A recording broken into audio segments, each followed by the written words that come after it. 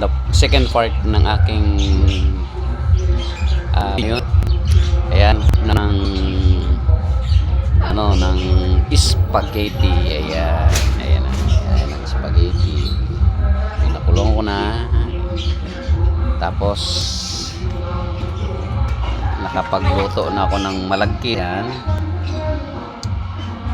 May lalagay po dyan ricado, yung isyal na ricado para sa gagawa ko ng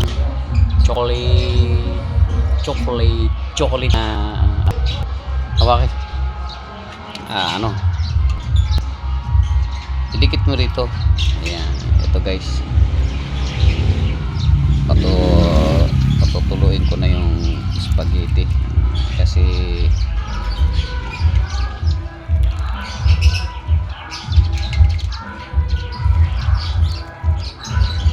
tapos kung mapakuluan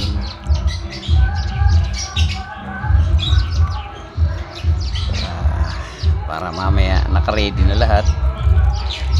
Ang lulutuin ko na lang mamaya yung sauce, yung hindi yung mariusip pa, sauce. Ayan, spaghetti sauce, yun na lang ang lulutuin ko.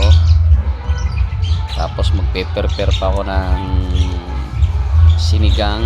Magsisigang ako ngayon ng baboy para may sabaw. I-prepare ko pa yun para mamaya lulutuin ko na lang yung sinigang. Tapos yung yung isa pang lulutuin ko yung lechon. Yun ang lechon na aking minarinate muna bago lechonin ko mamaya. Ang 2 kilo kalahati na yempo. Special yan guys kasi ako ang naggawa.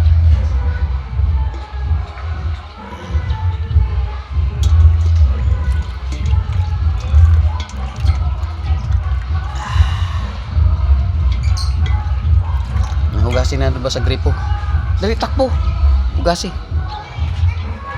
Ayan guys, hugasan mo na sa gripo yung ay doon sa ba dahil mo may lalapag dyan. Dadalihan mo, takbo. Hugasan sa gripo yung spaghetti para hindi magdikit-dikit at saka pulido yung sarap. Mamaya magpe-prepare pa ako ng isisigang ko. Tapos yung lilitsunin ko mamaya naka-prepare na. Yung na lang tawag nito, yung pangsigang. Tapos luto ako ng ubi.